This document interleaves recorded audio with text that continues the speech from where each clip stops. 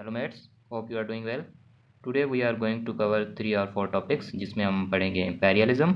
उसके बाद फिर इम्पेरियलिज्म की थ्योरीज हमारे पास, जिसे कहते हैं डिपेंडेंसी थ्योरी, इंटरडिपेंडेंसी और वर्ल्ड सिस्टम थ्योरी। इम्पेरियलिज्म में फर्दर हम देखेंगे इस इम्पेरियलिज्म के मोटिव्स क्या होते हैं, टेक्निक्स क्या होती हैं और उसके इम्पैक्ट्स क्या होते हैं। फर्स्ट ऑफ ऑल, अगर हम इम्पेरियलिज्म को एज ए डेफिनेशन देखें तो इसकी बहुत सारी डेफिनेशंस बनती हैं। आईआर एक जनरल टर्म है जिसमें हर स्कॉलर अपने हिसाब से उस टर्म को अपनी डेफिनेशन में डिफ़ाइन करता है, ठीक है। तो इसी तरह से इम्पेरियलिज्म की भी बहुत सारी डेफिनेशंस बनती है हमारे पास। उसमें से कुछ डेफिनेशंस जो हैं वो हम यहाँ पर रिवाइंड करेंगे, और फिर आपको जो सही लगेगी वो आप प्रकाश चंद्र की बुक या आईआर के वहाँ से देखकर आप कोई भी अपने एग्ज़ाम के लिए चूज़ कर सकते हैं, याद कर सकते हैं। तो इम्पेरियलिज्म फर्स्ट ऑफ ऑल हम देखें कहते हैं किसको है, तो इम्पेरियलिज्म को हिस्टोरिकल और मॉडर्न पर्सपेक्टिव में डिवाइड किया गया है। हिस्टोरिकल पर्सपेक्टिव में अगर इम्पेरियलिज्म की डेफिनेशन देखें तो वो होगी a highly centralised government enjoying dictatorial powers, ठीक है। हाईली सेंट्रलाइज्ड मतलब एक गवर्नमेंट है, उसके पास जो इख्तियारात है, उसके पावर्स हैं, वो एक ही जगह पर सेंटर पर ही उसने ग्रिप किए हुए हैं, वो सेंटर से ही गवर्नमेंट को चला रहा है हमारे पास, ठीक है। जैसे हम कहते हैं कि डिक्टेटरशिप होती है, डिक्टेटोरियल पावर्स, ठीक है। उसके बाद फिर हम देखते हैं कि after 1870s equivalent to colonialism based on extension of political sovereignty of the nation on alien people and territories. 1870s के बाद इम्पेरियलिज्म को कन्वर्ट किया, इससे कंपेयर किया गया कॉलोनियलिज्म से, ठीक है। कॉलोनियलिज्म मतलब कि अभी हमारे पास इम्पेरियलिज्म और कॉलोनियलिज्म इनको तकरीबन सेम ही समझा जाता है, लेकिन क्या है, इम्पेरियलिज्म एक पॉलिसी है और कॉलोनियलिज्म फिजिकल हम डिटेक्ट करते हैं किसी और कंट्री को। तो बेसिकली इम्पेरियलिज्म का मतलब क्या हुआ, एक कंट्री की अथॉरिटी या पावर दूसरी कंट्री के ऊपर, ठीक है, विदाउट अब एक कंट्री मिसाल तो यूके है, इसकी पॉलिसीज़ जो 17th या 16th सेंचुरीज़ में थी वो इंडिया पर एप्लीकेबल होती थी। पार्लियामेंट वगैरह जो भी थी वो यूके में थी, वहाँ से डिसीजन आते थे, वो एप्लीकेबल होते थे इंडिया पर। तो वो इम्पेरियलिस्ट पॉलिसी थी यूके की इंडिया के ऊपर, ठीक है, उसको हम कहेंगे इम्पेरियलिज्म। इसकी दूसरी हम डेफिनेशन अगर देखें तो वो होगी extension of authority of one state over the authority of another state, जो मैंने अभी बात कही, extension of authority of one state over the authority of another state, इसे हम कहते हैं इम्पेरियलिज्म।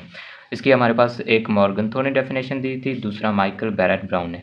मॉर्गन्थो कहते हैं कि the expansion of a expansion of a states power beyond its border, ठीक है। एक स्टेट की पावर उसके बॉर्डर से बढ़ जाए दूसरे बॉर्डर्स तक, ठीक है, वो उसकी टेरिटरी नहीं है, ये एक फॉर एग्जांपल यूके की टेरिटरी है, इसके पावर्स यहाँ तक है दूसरी टेरिटरीज में, तो ये इम्पेरियल पावर होगी, ठीक है। ये इसको कहते हैं इम्पेरियलिज्म, जो मॉर्गन्थो ने दी थी डेफिनेशन। उसके बाद हमारे पास जो माइकल बैरेट ब्राउन कहते हैं, a complex of economic political and military relations by which the less developed lands are subjected to the more economically developed, ठीक है। फॉर एग्जांपल यूके की इकोनॉमी, मिलिट्री, पॉलिटिकल पावर इनका बहुत ज़्यादा high था as compared to India. तो India तो उसके सब्जेक्ट हो गया ना यूके के, ठीक है, इसको हर चीज़ माननी पड़ती थी, यूके की जो भी डिसीजन आता था वो मानना पड़ता था, ठीक है। तो इंडिया एज अ सब्जेक्ट हो गया यूके का, तो यूके की जो पॉलिसीज़ इस्तेमाल होती थी उसको हम कहते थे इम्पेरियलिस्ट पॉलिसीज़। तो मोटे मोटे टर्म में हम अगर हम डेफिनेशन खुद की बनाएं या फिर उसको हम कैसे डिफाइन करेंगे इम्पेरियलिज्म को, उसको हम ऐसे डिफाइन करेंगे, imperialism is a policy pursued by a state by which it tried to extend its political और इकोनॉमिक पावर या फिर both over another region, ठीक है। एक कोई कंट्री है, वो अपने जो पावर्स हैं वो दूसरी कंट्रीज़ पर अप्लाई करना चाहती है, ठीक है, वो चाहती है कि जो मेरी पॉलिसीज़ हैं दूसरा मुल्क भी वही पॉलिसीज़ माने, ठीक है, दूसरे लोग भी वही पॉलिसीज़ मानेंगे, उसको हम कहेंगे इम्पेरियलिज्म। ये तो हमने देख ली इम्पेरियलिज्म की एक्सप्लेनेशन और डेफिनेशन, ठीक है। उसके बाद हम देखते हैं कि मोटिव्स क्या हैं इम्पेरियलिज्म के, क्यों एक कंट्री चाहता है कि मेरी पावर्स ही एप्लीकेबल हों दूसरी कंट्रीज़ में, ठीक है, या फिर मेरी ही बात माने सब, मेरी अथॉरिटी हो। यहाँ पर हमने डेफिनेशन में देखा ना ये कि extension of authority of one state, ठीक है, और the authority of another state. क्यों चाहते हैं, बिकॉज उसके पीछे कोई मकसद होता है, और मकसद क्या है वो हम यहाँ पर देखेंगे। वैसे मकसद तो बहुत सारे हो सकते हैं, लेकिन इंटरनेशनल रिलेशन में ये हम मकसद देखेंगे क्या है। फर्स्ट ऑफ ऑल तो यही है कि मटेरियल गेंस रॉ मटेरियल्स। जब नया 60 इंडस्ट्रियल रिवॉल्यूशन आया था 16th या 15th सेंचुरी में, तो क्या हुआ कि वहाँ पर मशीन्स वगैरह तो बन गई थी, ठीक है, वहाँ पर उनके पास रॉ मटेरियल नहीं था। रॉ मटेरियल मतलब वेजिटेबल्स हो गई, या फिर हमारे पास ये एलिमेंट्स वगैरह हो गए, कोबाल्ट वगैरह, जो भी नेचुरल रॉ मटेरियल नहीं थे। मशीनों का हम क्या करेंगे जब हमारे पास रॉ मटेरियल ही नहीं है, हमारे पास सोर्स ही नहीं है, तो उस मशीनों को क्या करेंगे होगा, वो तो खाली पड़ी रहेंगी ना। तो फर्स्ट ऑफ ऑल तो उनका पहला मोटिव था material gains, raw material gain करना, ठीक है। उसके बाद क्या हुआ, जब हमारे पास ये इन्होंने यहाँ से इम्पेरियलिस्ट पॉलिसीज इस्तेमाल की, ठीक है, इनके पास रॉ मटेरियल भी आ गया, इनकी पॉलिसीज़ वहाँ पर इंडिया पर अप्लाई हुई, यहाँ से सारा माल जाने लगा, कॉटन वगैरह या फिर वीट वगैरह जो भी। तो वहाँ पर क्या हुआ, ये मशीन से मैन्युफैक्चर होने लगा, ये मशीन से यहाँ पर मैन्युफैक्चर होने लगा। तो यहाँ की जो पॉपुलेशन थी वो कम थी, अब ये प्रोड्यूस कर रहे थे बहुत ज़्यादा, तो उनको वापस बेचना भी था ना वो चीज़ें सारी जो मशीन से प्रोसेस होके आया था। तो फिर उनकी जो इम्पेरियलिस्ट पॉलिसीज फिर से इस्तेमाल लगने लगी होने लगी, कैसे, ओवरसीज़ मार्केट्स और फिनिश गुड्स को बेचने के लिए। फिर उनके पास फिर ओवरसीज़ मार्केट्स को देखना था, तो फिर इम्पेरियलिस्ट पॉलिसीज होने लगी। तीसरा जो रीज़न मोटिव था behind imperialism, race for colonies to enhance national prestige and power. जैसे हमारे पास अभी देखा जाता है कि कौन सी नेशन जो न्यूक्लियर पावर गेन करती है, या फिर कौन सी नेशन है जिसमें ऐसी ऐसी खूबियाँ हैं तो वो सुपर पावर हो सकती है। हमारे पास 16th या 17th सेंचुरीज हम प्रीवियस 500 या 400 में देखें ना, तो एक मेजर पावर किसको समझा जाता था, एक नेशनल प्रेस्टाइज किसकी होती थी, या फिर पावर किसके पास होता था जो ज़्यादा लैंड कवर करता था, एक्वायर करता था। फॉर एग्जांपल हम यूके को ग्रेट एम्पायर क्यों कहते हैं, क्योंकि इसने बहुत सारी कॉलोनीज़ बनाई थी, एशिया में, यूरोप में, यूरोप के ईस्टर्न यूरोप में, उसके बाद फिर अमेरिका में, न्यूलैंड में, ठीक है, नॉर्थ अमेरिका हो गया जैसे हमारे पास। तो वो वहाँ पर उनकी प्रेस्टाइज क्या थी, इज़्ज़त क्या थी कि हम ज़्यादा से ज़्यादा पावर गेन करें, ठीक है। तो ये भी एक मोटिव था बिहाइंड इम्पेरियलिज्म। फिर उसके बाद the purpose of national defence, इसका मतलब क्या हमारे पास कि अपनी टेरिटरीज़ को प्रोटेक्ट करना। ये फॉर एग्जांपल ये यूके की टेरिटरी है, ठीक है, या रशिया की टेरिटरी है, रशिया का भी, यूक्रेन रशिया की वार चल रही है, तो उस हिसाब से ये समझने में आसानी होगी हमें। ये फॉर एग्जांपल रशिया की टेरिटरी है, ये यूक्रेन है यहाँ पर छोटा था। तो रशिया क्यों इन्वेड कर रहा है यूक्रेन को, बिला वजह क्यों, वो बिला वजह तो जंग नहीं छेड़ेगा ना, क्योंकि वो अभी यहाँ पर है नेटो, मतलब ये इसके अपोजिशन में। अगर नेटो का नहीं पता तो आप इतना समझ लो, ये इससे इसके खिलाफ है, रशिया के खिलाफ है नेटो, ठीक है। तो ये बीच में आ गई बफर स्टेट, ठीक है, to create buffer states to protect its national interest against a powerful neighbour. For example purpose of national defence किसको कहते हैं, फॉर एग्जांपल ये बफर स्टेट है, ठीक है, ये रशिया हो गया, ये नेटो हो गया, नेटो में आ गए फ्रांस आ गया, यूके आ गया, सारे जो ममालिक नेटो के मेंबर हैं। यहाँ पर आ गया छोटा सा यूक्रेन। अभी क्या हुआ, ये रशिया अपनी टेरिटरी को प्रोटेक्ट करने के लिए चाहेगा कि ये भी मेरे साइड हो, मेरी पॉलिसीज इस पर इस्तेमाल हो। अगर ये नेटो में चला गया तो मेरी टेरिटरी को खतरा है, तो ये अपना इन्फ्लुएंस यहाँ पर बढ़ाएगा, ठीक है।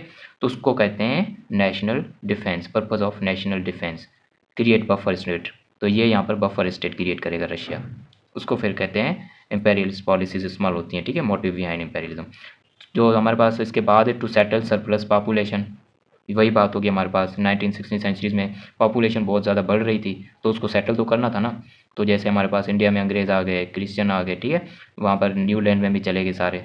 उसके बाद यदि religious humiliation, humanitarian and ideological considerations, जो पादरी थे वो चाहते थे कि हमारा जो क्रिश्चियनिटी है वो ही दुनिया का जो सबसे बड़ा रिलीजन होना चाहिए, तो वो भी एक प्रस्ताव। उसके बाद राइटिंग्स ऑफ थिंकर्स, जो राइटिंग्स थी वो लिटरेचर था, वो कहते थे कि हमारी जो नेशन है, जो क्रिश्चियन है वो सबसे ऊपर है, या ज्यूज़ हैं वो सबसे ऊपर हैं, आप जाओ कन्क्वर करो वर्ल्ड को, to divert the attention of the people from domestic problems and unrest. For example हमारे पास यहाँ पर कोई यूके में जंग चल रही है, ठीक है, या कोई वो इकोनॉमिक या फंडामेंटल जो हमारे पास वो फैसिलिटीज़ प्रोवाइड नहीं कर रहे, तो लोग तो छिड़ेंगे ना, फिर वो क्या करेंगे, दूसरी एक स्टेट के साथ जंग छेड़ कर देंगे, पहले पॉलिसी इस्तेमाल कर लेंगे।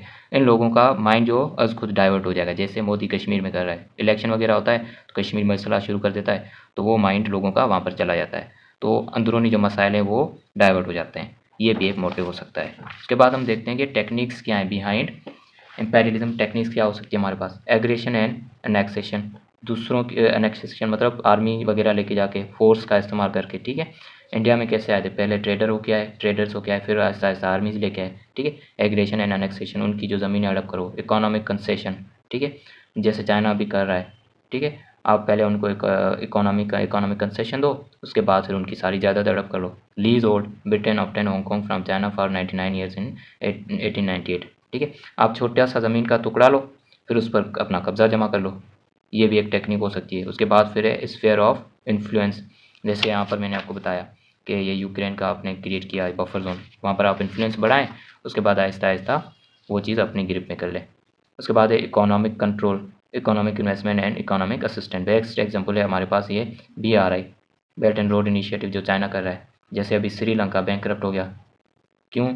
जो वेस्टर्न थिंकर्स है वो कहते हैं कि चाइना की पॉलिसीज ऐसी थी, चाइना ने पहले वहाँ पर इकोनॉमिक इन्वेस्टमेंट वगैरह के लोन वगैरह दिए, असिस्टेंस दी, उसके बाद फिर जब श्रीलंका लोन नहीं दे पाया तो वो ट्रैप का शिकार हो गया। तो ये एक एम्पेरियलिज्म की टेक्निक हो सकती है। उसके बाद कल्चरल एंड आइडियोलॉजिकल एम्पेरियलिज्म, ठीक है। कल्चरल और आइडियोलॉजिकल एम्पेरियलिज्म, फॉर एग्जांपल इसकी बेस्ट एग्जांपल हमारे पास है, जैसे हम यहाँ पर इंग्लिश पर ज़्यादा फोकस करें। इंग्लिश हमारे पास कहाँ से आई? यूके से आई।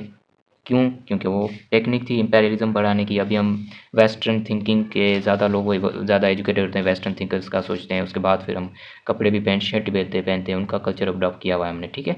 तो कल्चरल एंड आइडियोलॉजिकल उनकी जो टेक्निक्स भी हो सकती हैं एम्पेरियलिज्म को बढ़ाने की। उसके बाद फिर हम देखते हैं मॉडर्न एम्पेरियलिज्म। मॉडर्न एम्पेरियलिज्म किसको कहते हैं? ये तो थी सारी जो मैंने अभी बात कर रहा था, मैं सारी बातें कर रहा था ना, बार बार रिपीट कर रहा था, 16th सेंचुरी 17th सेंचुरी, ये थी हमारे पास ट्रेडिशनल, ठीक है। अभी हम मॉडर्न एम्पेरियलिज्म देखते हैं किसको कहते हैं। The cultural and economic imperialism rather than military, ठीक है।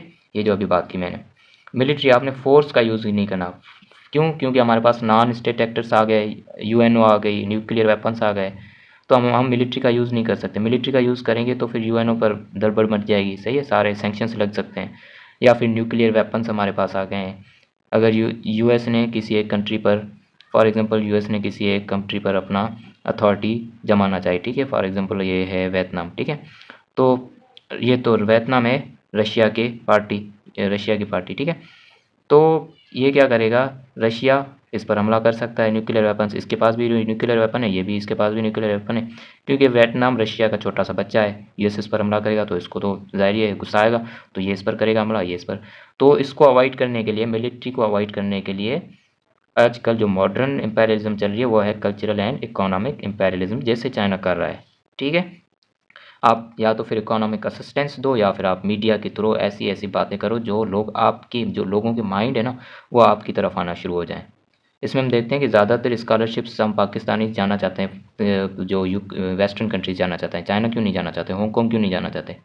क्योंकि हमारे आइडियाज़ ही ऐसे क्रिएट किए गए हैं, एम्पेरियलिज्म थॉट, ठीक है, उन्होंने मीडिया के थ्रू कर दिए हैं, तो हम वो सोच ही नहीं सकते। इसको कहते हैं मॉडर्न एम्पेरियलिज्म या neo imperialism.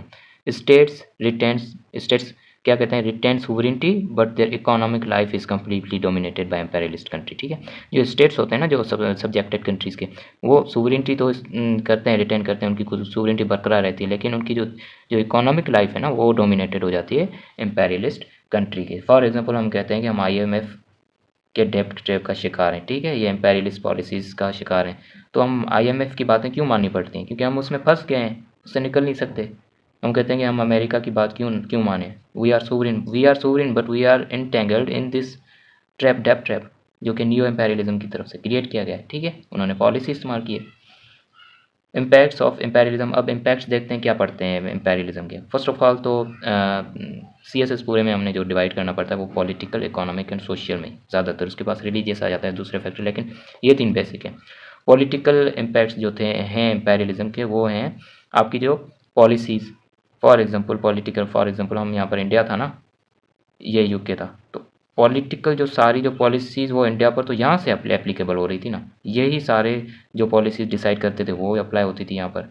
Policies are decided by imperialist state, ठीक है। इकोनॉमिक देखते हैं, इकोनॉमिक एक्सप्लॉइटेशन, ठीक है। सोशल देखते हैं, सोशल डीजनरेशन। फॉर एग्जांपल यहाँ पर हमारे पास वेस्टर्न कल्चर, पैंट शर्ट आ गया, तो पैंट शर्ट जो ज़्यादा पहनता है वो मॉडर्न लगता है। शलवार कमीज़, ऑफिस में देखें सारे पैंट शर्ट पहन के बैठे होते हैं, शलवार कमीज़ पहन के आता है तो फिर वो जाहिल लगता है, या फिर उसकी इतनी वैल्यू नहीं रखते, ठीक है।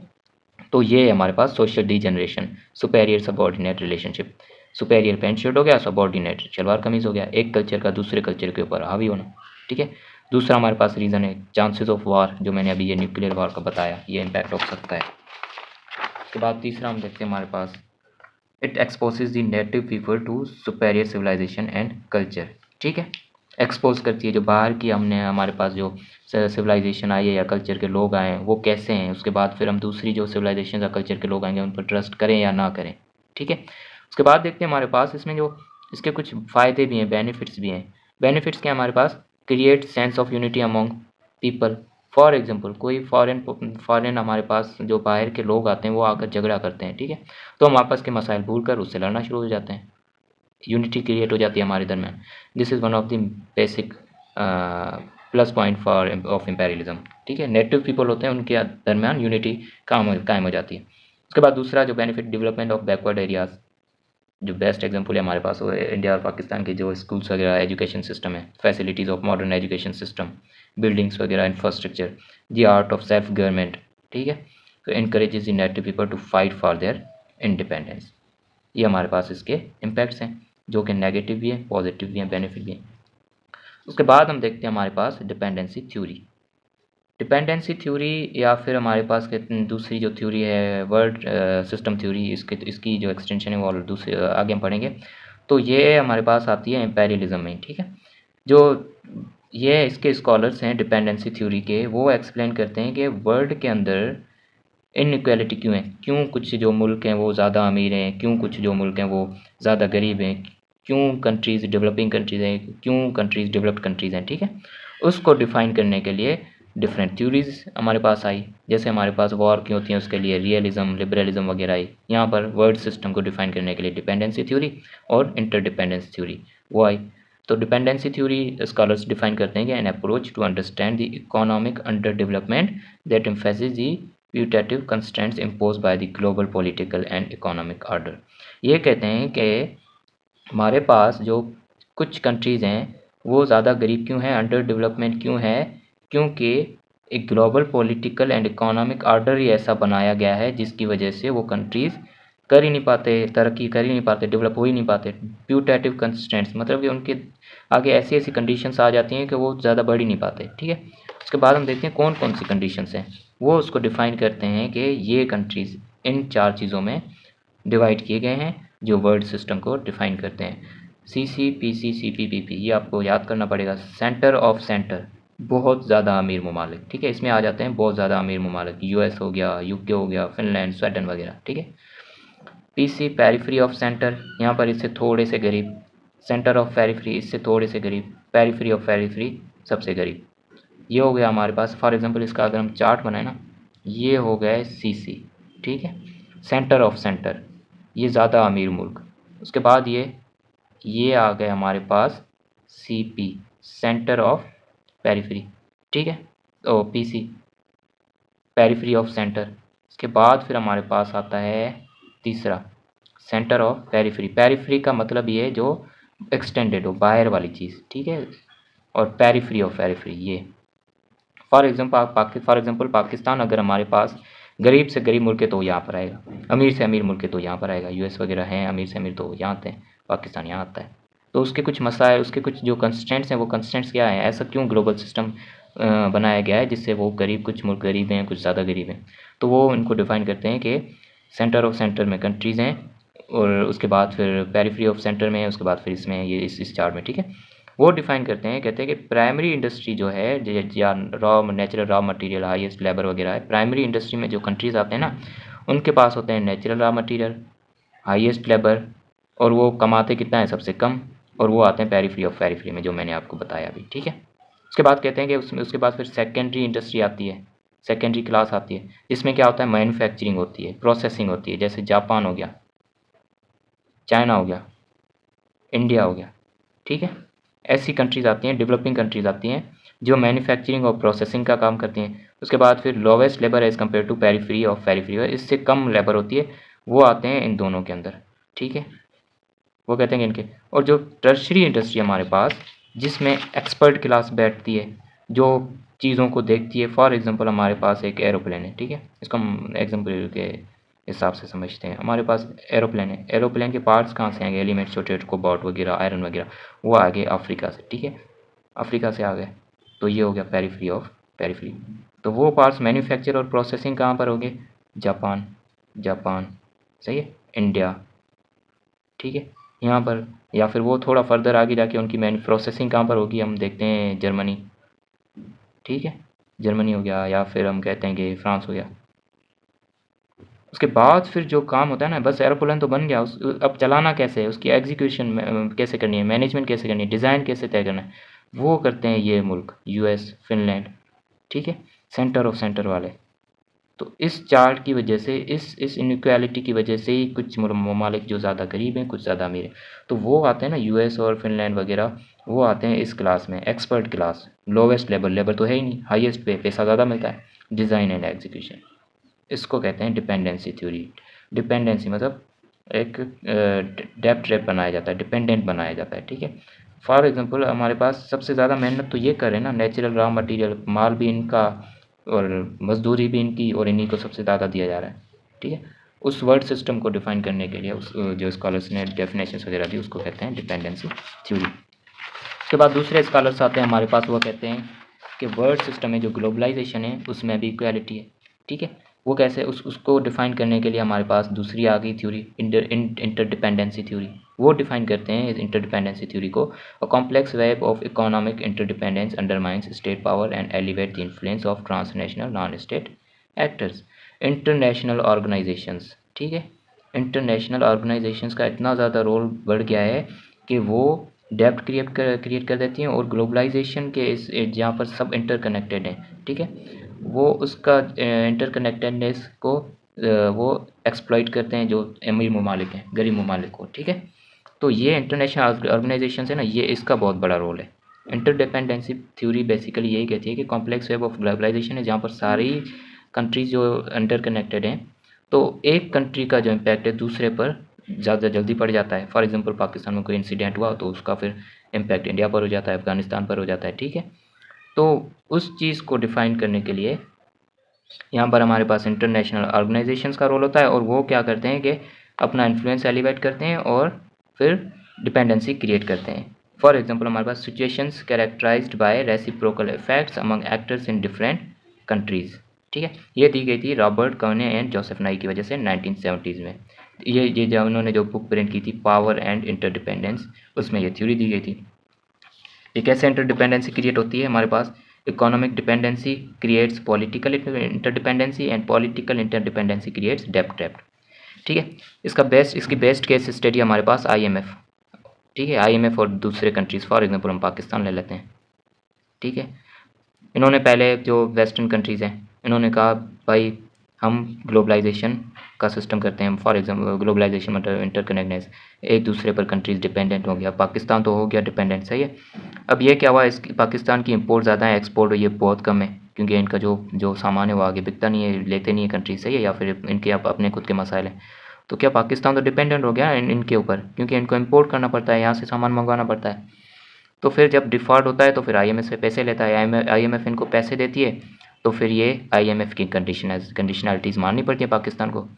ये फिर आ जाता है डेप्थ ट्रैप के अंदर पाकिस्तान। पहले इकोनॉमिक्स असिस्टेंस देते हैं, उसके बाद फिर अपनी कंडीशनैलिटीज़ मनवाते हैं, जिसको पॉलिटिकल इंटरडिपेंडेंसी कहते हैं, उसके बाद फिर वो डेप्थ ट्रैप में आ जाता है, ठीक है। उसके बाद हम देखते हैं वर्ड सिस्टम थ्योरी।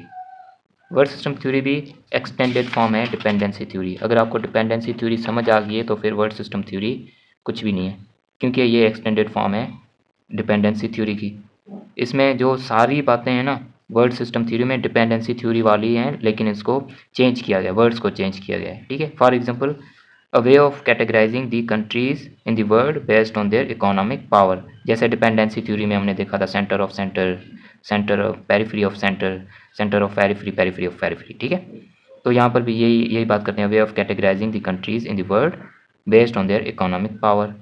उसको फिर कहाँ पर कैटेगराइज किया गया, core states, peripheral states, semi peripheral states और एक्सटर्नल स्टेट्स, ठीक है। Extended form of dependency.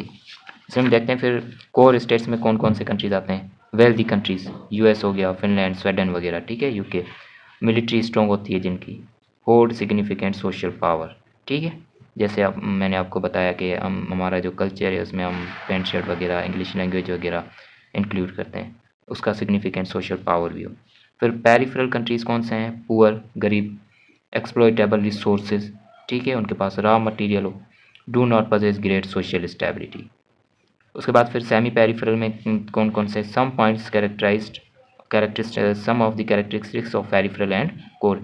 Semi peripheral में इन दोनों के जो कैरेक्टरिस्टिक्स आते हैं। फॉर एग्जांपल एक कंट्रीज है जैसे मैंने जापान और उसकी बात की थी, जापान चाइना, वही ना ही गरीब है ना ही ज़्यादा अमीर है, तो फिर वो कहाँ पर आएगा, सेमी पेरिफेरल में। उसके बाद फिर एक्सटर्नल, जिसका ना वर्ल्ड सिस्टम में आए ना जाए, वो कहते हैं वो उसको इंक्लूड ही नहीं करते उन कंट्रीज़ को। उनको यूएन में एक वोट दिया गया है, वो भी जब यूएस कहता है कि हम पैसे देंगे आपको या फिर कोई ऐसी कोई कंडीशंस रखता है, फिर वो वोट उनका इस्तेमाल होता है। जैसे हमारे पास पाकिस्तान में किया जाता है, वोटर्स को फिर पैसे दे के वगैरह अपनी पार्टी में इंक्लूड करना। Countries or regions that fall outside the scope of world system. ठीक है, उन कंट्रीज़ का ना आए ना जाए। अफ्रीकन ऐसे कई कंट्रीज़ हैं जिनको वर्ल्ड सिस्टम में इंक्लूड ही नहीं किया गया, बहुत ज़्यादा गरीब। ठीक है, वो ग्लोबलाइजेशन का शिकार हैं, गरीब होते जा रहे हैं, गरीब से गरीब, डेवलपमेंट का नाम ही नहीं है। ठीक है, तो ये हमने आज हमारे पास थ्योरीज पढ़ी, इम्पेरियलिज्म पढ़ा। आई होप आपको ये सब समझ आया होगा। इम्पेरियलिज्म थोड़ा सा रिवाइज कर लेते हैं। इम्पेरियलिज्म उसको कहते हैं कि अपनी एक स्टेट की अथॉरिटी दूसरी स्टेट पर हो जाए। ठीक है, या फिर हम कहते हैं कि expansion of state power beyond it's borders. के बाद फिर डिपेंडेंसी थ्योरी, किसको कहते हैं, इंटरडिपेंडेंसी, या फिर वर्ल्ड सिस्टम थ्योरी। आपको अगर इनमें से कोई चीज़ें ना समझ आए तो आप कमेंट में पूछ सकते हैं। Thank you.